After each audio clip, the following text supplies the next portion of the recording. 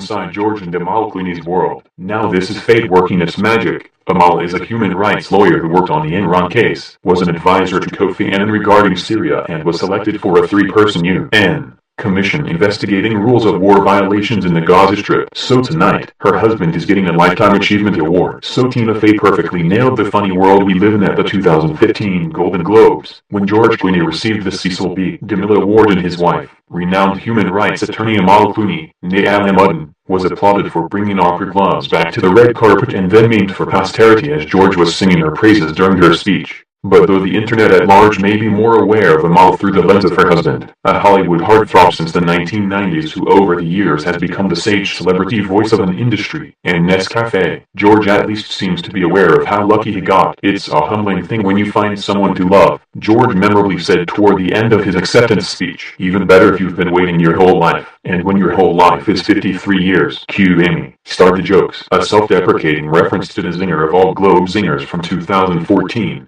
About how, in Gravity, Clooney would rather float away into space and die than spend one more minute with a woman his own age. "Amal, whatever alchemy it is that brought us together, I couldn't be more proud to be your husband," proving that no matter who you are, it does sometimes feel as though a certain level of happiness wouldn't have been possible if fate hadn't lent its mystical hand to the situation. In George and Amal's case, it turns out that the alchemist was Clooney's agent. George's father, Nick Clooney, had previously intimated that his son met his future bride at a dinner. They hit it off, and poof, so went the fantasies of millions of women everywhere. But now we have a fuller picture of how that all came to pass. There was dinner involved, but that came later. Rather, in true George Clooney post-ER fashion, the Oscar-winning actor and producer was just relaxing at his home in Lake Como in July 2013 when fate knocked on his door. "I didn't leave the house," he recalls in the upcoming second episode of My Guest Needs No Introduction with David Letterman. "No, it's the wildest thing," a mutual friend of ours said. "I'm stopping by and can I bring my friend?" And I was like, "Of course." I got a call from my agent who called me and said, "I met this woman who's coming to your house who you're gonna marry." Enter Amal Al-Hamoudin, an attorney who was internationally renowned in her own right for her tireless work defending the rule of law in cases where the government was more apt to throw due process out the window. We're guessing George's agent thought, "Well, Clooney's pretty smart and, considering his work raising awareness about human rights violations in Sudan and his involvement with Not On Our Watch, maybe these two kids will hit it off." Born in Beirut and raised in England to a travel agent father and journalist mother who affectionately called her Amuna, Amal couldn't be more impressive on paper. She has degrees from Oxford University and New York University School of Law. She's a member of both the New York and London bars. She speaks English, French, and Arabic. She joined London's estimable law firm Doughty Street Chambers. She just may be on a first-name basis at The Hague. She served as advisor to Kofi Annan. As Tina noted, she was appointed to a panel investigating the act of rape as a war crime. She's represented victims of ISIS. She fights for prisoners to ensure their rights are being respected behind bars. But as an exacting proponent of the law, Amal didn't just take on the easier cases where it was an easy question of good versus bad. She was on a team representing controversial WikiLeaks founder Julian Assange in his extradition case against Sweden. She served as a legal advisor to the King of Bahrain, who's been widely accused of presiding over systemic repression and torture. In 2014, after she got engaged to George Clooney and became internationally famous twice over, she appeared on behalf of Abdullah al-Sinazai,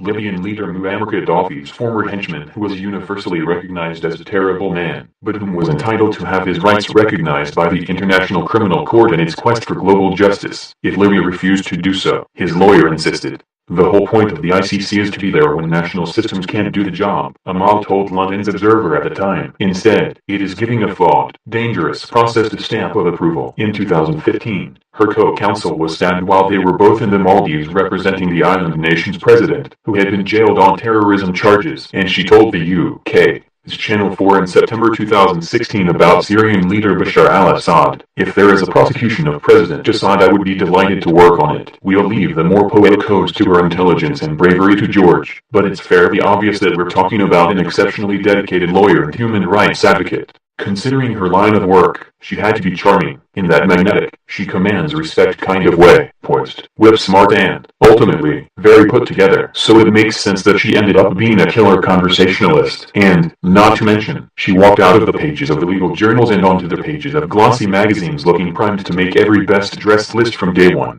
The first time they met, they ended up talking all night. George recalls, yes, talked. His parents were there, hence the fond remembrances from Nick Clooney. The funniest thing was my mom and dad were visiting, so my parents were there, he told Letterman, and we just talked. We stayed up all night talking. Then, as we had heard before, he got her email address. We hear it was amal@awesome.org, and proceeded to keep her attention, which seems like a no-brainer. But who knows? Amal had talked to a lot of fascinating, brilliant people in her life before meeting George Clooney. Adorably, he wasn't ignorant of that fact. So we started writing, he said. I didn't know if she wanted to go out with me. I just thought we were buddies. George told The Hollywood Reporter last year, I thought she was beautiful, and I thought she was funny and obviously smart, but he didn't know right away what she thought. She probably thought I was old, he quipped. Then she sent some pictures from when she was here, and we were writing each other, emailing, talking, mostly about what was going on in each other's lives, and over a period of time it became clear we were more than just friends. He went to London that October to do post-production work on his film The Monuments Men and invited her to visit him at Abbey Road Studios, after which they went to dinner, resulting in a slew of George Clooney on a date with mystery woman headlines once the paparazzi caught sight of them.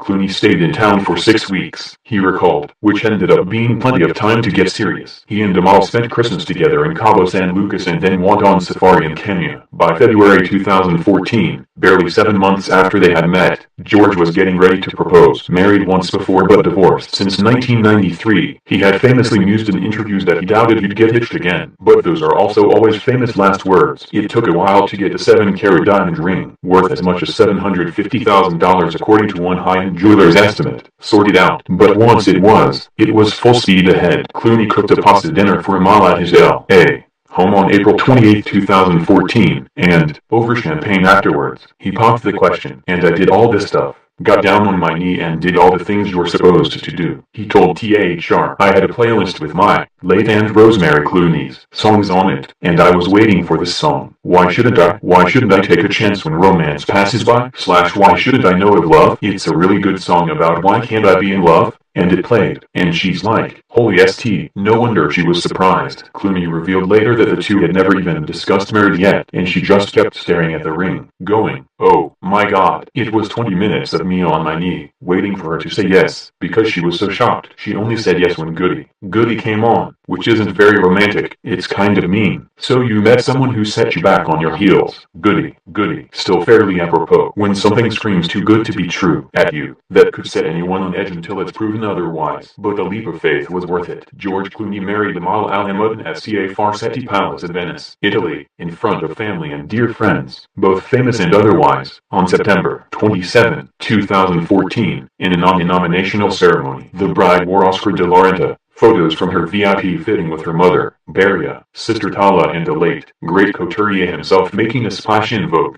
George and I wanted a wedding that was romantic and elegant, and I can't imagine anyone more able than Oscar to capture this mood in a dress, Amal told the magazine in a rare interview not centered on one of her legal cases. Meeting him made the design process all the more magical, as he is so warm and such a gentleman. The groom wore Armani, who called it a privilege and pleasure to dress his longtime friend and client for the occasion. George and Amal radiated love all night, Beria Al-Muddin told People after the long wedding weekend full of boat rides, food, wine, dancing and stargazing was over. The wedding was so unbelievably special. It was legendary. These 3 days, the friends, the families, the atmosphere, everything, will stay with me all the rest of my life. Being married feels pretty damn great, Clooney added, noting that he and his new wife were, simply, looking forward to everything. After legally marrying in a civil ceremony on September 29, a Monday, they reportedly honeymooned in the Seychelles and then were enjoying an extended staycation at their new London home when Clooney was summoned for duty. First, I had to explain that to my wife, which didn't play well. He joked on the Graham Norton show about the Order of Business, which was a command appearance at New York Comic Con to promote Tomorrowland. And then, the whole idea of spending part of your honeymoon with people dressed up like Captain Kirk and Star Wars characters somehow wasn't easy to explain to my new bride. But I showed up and it was actually fun. Amal herself went back to work barely a week later, jetting to Greece as part of the team advising the Greek government on their hoped-for return of the contested Parthenon marbles, aka the Elgin marbles, from the UK. So, their vowed intention to not spend more than a week apart was put into play sooner than they expected, but they seem to be doing just fine. Since then, everything we've heard coming from Mr. and Mrs. Clooney world has sounded just as life-affirming as it appeared in the beginning. In February 2017, almost exactly a year ago, Julie Chenho along with husband Lay Moonves is a longtime friend of George's, confirmed on the talk in the most casual of internet rocking announcements that the Clooneys were expecting twins. "We are really happy and really excited. It's going to be an adventure," Clooney said on the French program Rencontre de Cinema a couple weeks later. "Since getting the news, we've sort of embraced it all. With arms wide open. Once again, like marriage, having children together wasn't something that the couple had over-discussed. It had never been part of my DNA," Clooney admitted to THR last September after he was a dad. "We didn't plan on it. We never talked about it until after we were married, which is funny. There was an assumption that we didn't want them. And then, after the wedding, Amal and I were talking and we just felt we'd gotten very lucky, both of us, and we should share whatever good luck we've got. It would seem self-centered to just have that belong to us. When George talked about not seeing kids in his future, I would listen to him patiently and then finally step in and say,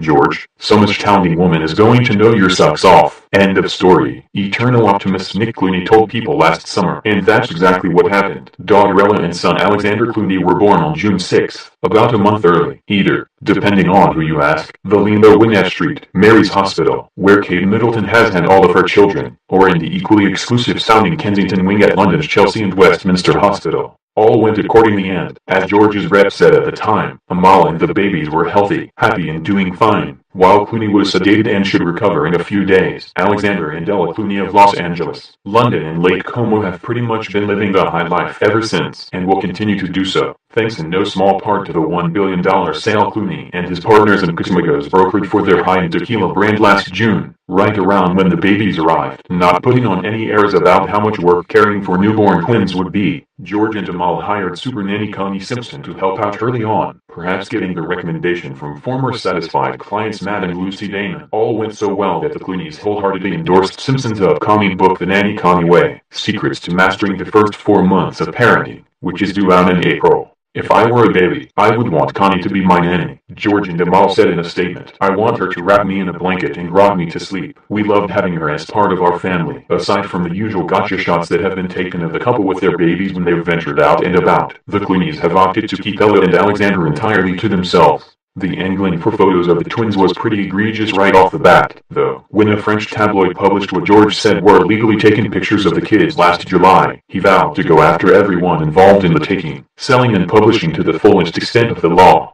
"The safety of our children demands it," he told E! News. "Every single day there's some crazy sort of infringement," Clooney told THR in September. "And you go, okay, we lead it. That's what we have to do. But when someone breaks the law, that's beyond what we bargained for, beyond the pact I made, that when you're famous, you're going to be followed. I don't know anyone who would be furious." Clooney admits that the level of attention paid to him, a level that both rose and fell when Amal entered his life as the scrutiny shifted in her direction, was something his partner had to get used to. "It's a little like being in a parade, and it's not easy, particularly for her, because, in general, we live a very private life," he said. And so it's continued for George and Amal, whose new normal includes work, play and parenting, generally by each other's side. They went to the Venice Film Festival last September and enjoyed the Casamigos Halloween party in October with longtime friends Rand Gerber and Cindy Crawford. George's playful, pragmatic personality has stayed intact, such as when they handed out headphones to fellow travelers on a flight to help cancel out the baby noise.